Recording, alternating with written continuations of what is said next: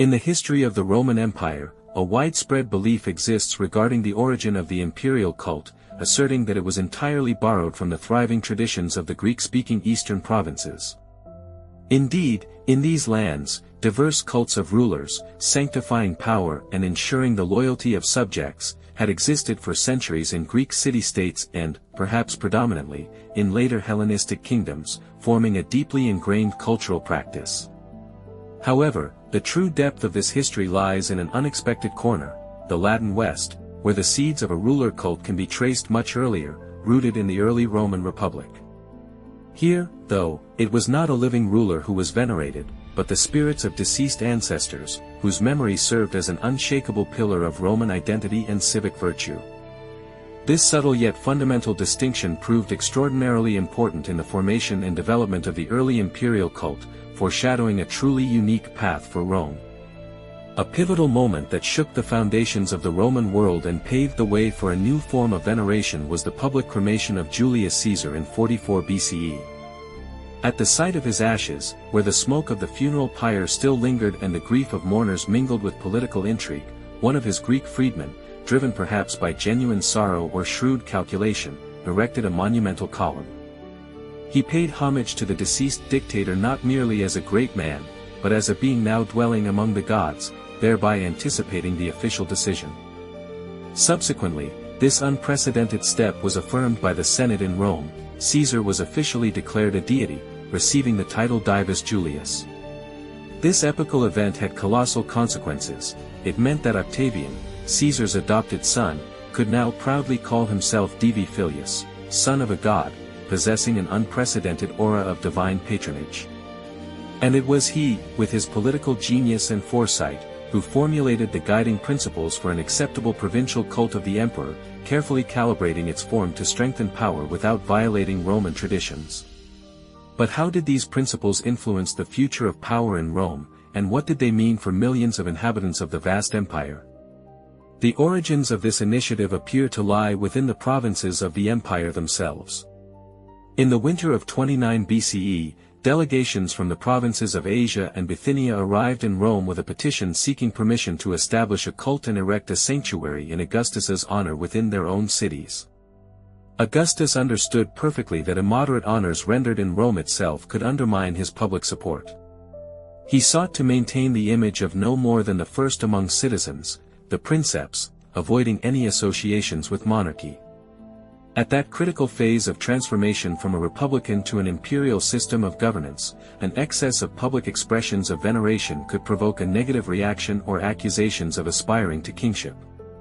Historical precedent was clear. The immoderate deification showered upon Julius Caesar after his triumph in the Civil War had deeply irritated his opponents and undoubtedly became one of the defining reasons for his tragic demise. Therefore, seeking a harmonious balance between Eastern customs of veneration and traditional Roman concepts, Augustus granted the provincials permission to honor him, but on the condition that Dea Roma be included in this cult. Dea Roma was a female deity embodying the spirit and grandeur of the city of Rome. Roman citizens, conversely, were instructed to worship Dea Roma and Divus Julius, that is, the emperor's deified ancestor, rather than the living ruler himself. Nevertheless, the religious authority and prestige of his father undoubtedly extended indirectly to Augustus himself. The concept of an imperial cult, or any form of worship of a reigning monarch, seems extraordinarily alien to our modern conceptions of state and religion.